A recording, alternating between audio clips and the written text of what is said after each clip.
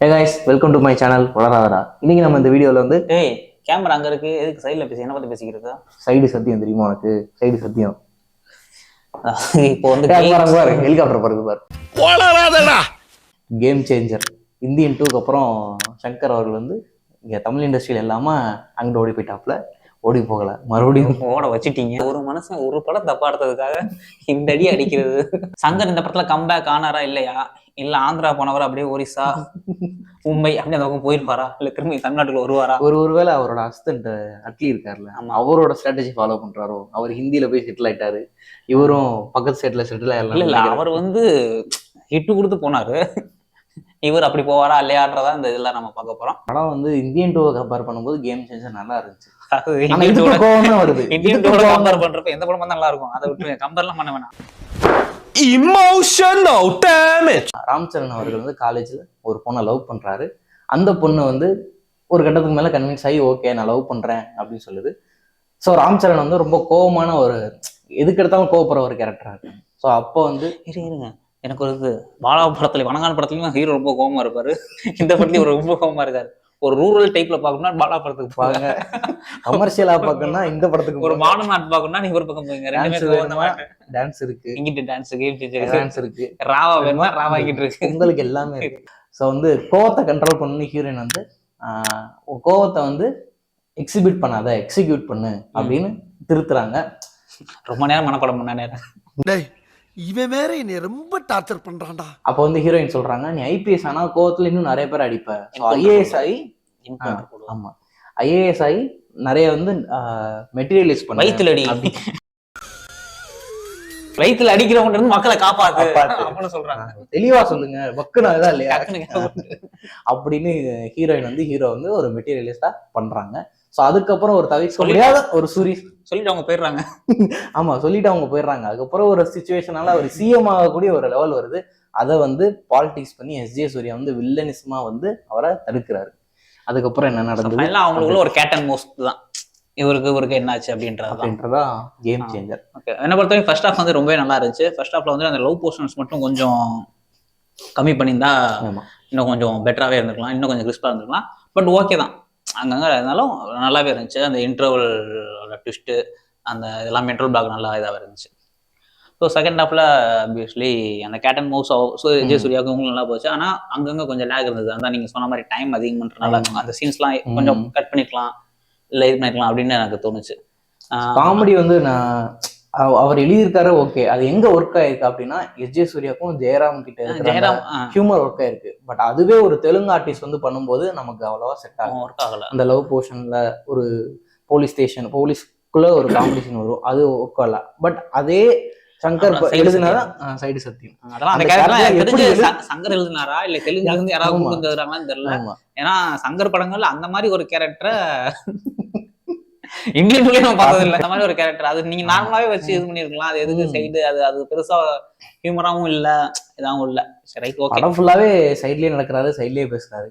ஒரு 2 செகண்ட் ட்ரைலர்ல பார்த்ததுக்கே உங்களுக்கு ஒரு மாதிரி ஆக்வர்டா இருக்கு. அப்படின்னா படம் ஃபுல்லா பார்த்தோம்னா எப்படி இருக்கும் பாருங்க. அது ஒரு தேவையில்லாதான், அது என்ன முயற்சின்னு தெரியல. சரி ரைட், ஹியூமர் பண்ணிருக்காங்க. அப்புறம் அஞ்சலி அவங்க வந்து ஒரு ஏஜ்டு கேரக்டரா நடிச்சிருக்காங்க. பட் அந்த கேரக்டரும் அவ்வளவு செட் ஆகல அவங்களுக்கு. இல்ல ஆமா, அது வந்துட்டு அவங்க மேக்கப் கொஞ்சம் செட் ஆகும். அவங்க என்ன கமலஹாசனா கமலஹாசனை கூப்பிட்டே அவர் வந்து இது பண்ண, நீங்க என்ன வந்து இது சொல்லிட்டு இருக்கீங்க. சரி இல்ல, அஞ்சலி வந்துட்டு லுக் வைஸ் நல்லா இல்ல. பட் ஆனா அந்த ஒரு பிளாஷ்பேக் பர்சன்ல வந்துட்டு நல்லாவே இருந்தது.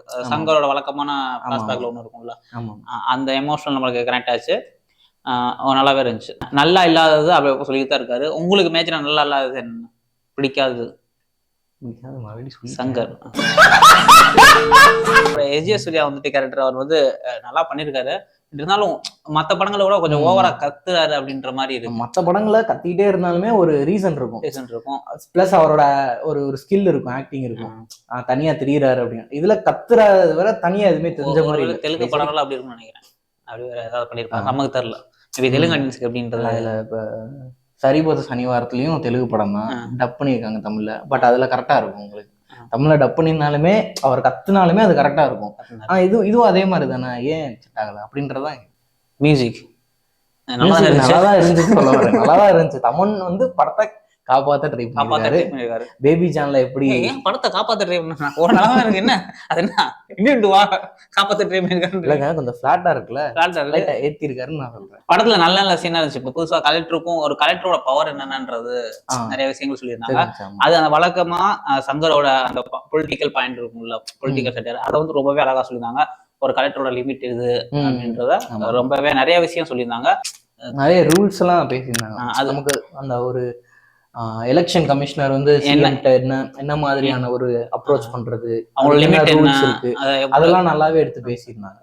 ரொம்ப அந்த அந்த விஷயத்தை வச்சு அவங்க ஃபைட் பண்ணும்போது இன்னும் நல்லா இருந்துச்சு. வெறுமனா சண்டை போடாம எஸ்.ஜே. சூர்யாவும் ராம் சரணும் இந்த மாதிரி ரூல்ஸ் வச்சு பேசி அவருக்கு ஒரு செக் பாயிண்ட் வச்சு இந்த மாதிரி கொண்டு போகும்போது ரொம்ப நமக்கு ஒரு நாலேஜாவும் ஆட் ஆயிருக்கு. இந்த மாதிரி பொலிட்டிக்கல் தேர்தல் கமிஷன் வந்து இந்த மாதிரி எல்லாம் பண்ண முடியும் அப்படின்னு நமக்கு தெரியுது.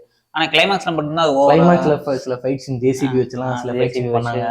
அதெல்லாம் ரொம்ப ஒரு மாதிரி இருந்துச்சு. எனக்கு தெரிஞ்சு அந்த எல்லாத்துக்குமே பிளேயே அப்படி கேட்டிருப்பாரு. பட்ஜெட் இதை வச்சு பண்ணி கொண்டு இருப்பாரு. வழக்கம்போல வந்துட்டு இந்த இவர் சங்கர் படத்துலயே இருக்கும், நிறைய இந்த இன்டர்வியூலாம் போயிட்டுருவாங்க அவரை பத்தினா. அந்த இதெல்லாம் இதுல எல்லாமே இருக்கு. அந்த ஒவ்வொரு இதுலயும் வந்துட்டு அவர் ஜெயில இருப்பாரு, மக்கள்கிட்ட பப்ளிக் ஒப்பீனியன் கேட்பாங்க, வழக்கமா எல்லா படத்துலயுமே இருக்கும். அதெல்லாம் இதுல தவிர்த்திருக்காரு. அந்த மாதிரி வந்துட்டு இந்த கிளைமேக்ஸ் வந்துட்டு ஒரு இப்படி ஆனா இப்படி இருக்கும் அப்படின்னு ஒரு லெக்சர் கொடுக்குறாரு. சோ அது இந்த படத்துலயும் இருக்கு, மக்கள்கிட்ட பேசுறது அப்படின்றது. இப்ப நடக்கிற பிரச்சனைகள் பல விஷயங்களை பேசிட்டு இருக்காரு. இப்ப உதாரணத்துக்கு ஓட்டுக்கு லஞ்சம் கொடுக்கறது, 2000 கேட்காதீங்க 20,000 கேளுங்க, 20,000 வாங்கிட்டீங்க வாங்கி வச்சுட்டு ஓட்டு வேற போடுங்க அப்படின்றாரு. அப்படின்னு ஒரு ஐடியா கொடுக்குறாரு. அப்ப இவர் மேலே ஒரு கேஸ போடுறோம், ஓட்டு காசு வாங்க சொல்றாரு தேர்தல். இது வந்து கேஸ் ஆயிருக்கணும். ஏன் கேஸ் ஆகல? ஏன்னா அவர் தேர்தல் கமிஷனர் நடிச்சது வந்து ராம் சரண். இதுவே நீங்க புஷ்பா படத்துல அல்லு அர்ஜுன் நடிச்சிருந்தா இல்ல ஒருபடி மேல நான் சொல்றேன். யாரு என்னதான் ஒரு படம் கமர்ஷியல் படம் ஹிட் ஆனாலும் ஒரு டைரக்டர் வந்து சொன்னாலும் இந்த கதையை வந்து நாங்க தளபதி விஜய்கிட்ட தான் ஃபர்ஸ்ட் சொன்னோம் அப்படின்னு. அவர் நல்ல கதையா இருக்க கண்டு எனக்கு வேணான்ட்டாரு. அவர் நடிச்சிருந்தா கண்டிப்பா எனக்கு நல்ல கதை வேணாம், அவர் எனக்கு வாரிசு, லியோ, அடுத்த படம் பீஸ்ட், இந்த மாதிரி கதை கொண்டு வாங்க, நான் நிறைய பண்றேன் அப்படின்றாரு. அவர் நடிச்சிருந்தா நீங்க சொல்ற மாதிரி கேஸா இருந்திருக்கும். பட் ஆனா இது ஒரு விஜய் பண்ணியிருந்தாங்கன்னா பொலிட்டிக்கல் மேலேஜா அவருக்கு கண்டிப்பா கிடைச்சிருக்கும்னு நினைக்கிறேன். ஜெயராம் கேரக்டர் ரொம்ப ஒரு யூனிக்கா நல்லா இருந்தது. அவர் வர இடங்கள்ல ஃபுல்லாமே அந்த சிரிப்பு பொதுவா வந்து காமெடின்ற பேர்ல ஆக்சுவலா காமெடின்னு ஒரு கேரக்டர் வச்சாங்க. அந்த கேரக்டர் காமெடி பண்ணல. ஆமா ஆமா, இவர் வைக்கிற கேமரா நல்லா ஒர்க் அவுட் ஆயிருந்தது. முக்கியமா அந்த இவருக்கு அந்த ஹியூமர் வந்து ரெண்டு பேருமே விட்டு கொடுத்து சூப்பரா பண்ணிருக்காங்க. அதில் நிறைய ட்விஸ்ட் இருக்கு, ஒரு சில ட்விஸ்ட் இருக்கு. நம்ம அதை ப்ரெடிக்ட் பண்ணியிருந்தாலும் ஓகே அப்படின்ற மாதிரி தான் நல்லா இருக்கு. இன்னும் ஒரு விஷயம், அந்த டியூரேஷன் தான் இன்னும் கொஞ்சம் ஒரு 1/2 மணி நேரம் இல்ல 20 நிமிஷம் குறைச்சு அந்த லவ் போர்ஷன்லாம் அதெல்லாம் கொஞ்சம் குறைச்சிருந்தாருன்னா ஒரு 50 கோடி 60 கோடி குறைஞ்சிருக்கும். ஓவராலா படம் ஓரளவுக்கு ஓகே வாட்சபுல்லா தான் இருக்கு. கம்பேரிட்லி நீங்க சங்கரோட ப்ரீவியஸ் படத்தை இந்தியன் டூ சொல்ல அதுக்கு முந்தைய படங்கள்ல கம்பேர் பண்ணி பார்த்தீங்கன்னா இது கொஞ்சம் கம்மியா தான் இருக்கு. ஆனா நீங்க ஒரு தமிழ்நாடு பார்க்கும்போது எல்லா சிவாஜி ஸ்டைல் எல்லாமே இருக்கும். அது வந்து தவிர்க்க முடியாது. அது ஒரு சங்கரோட ஒரு டெம்ப்ளேட். இனிமே ஒரு மாதிரி எடுக்கணும்னா இந்தியன் 3 தான் வந்து காப்பாற்றணும். இந்தியன் 3யும் ஆமா அதுலயும் ஊழல் தானே இருக்கு. தெரியல ஏங்க நீங்க வேற ஞாபகப்படுத்துறீங்க.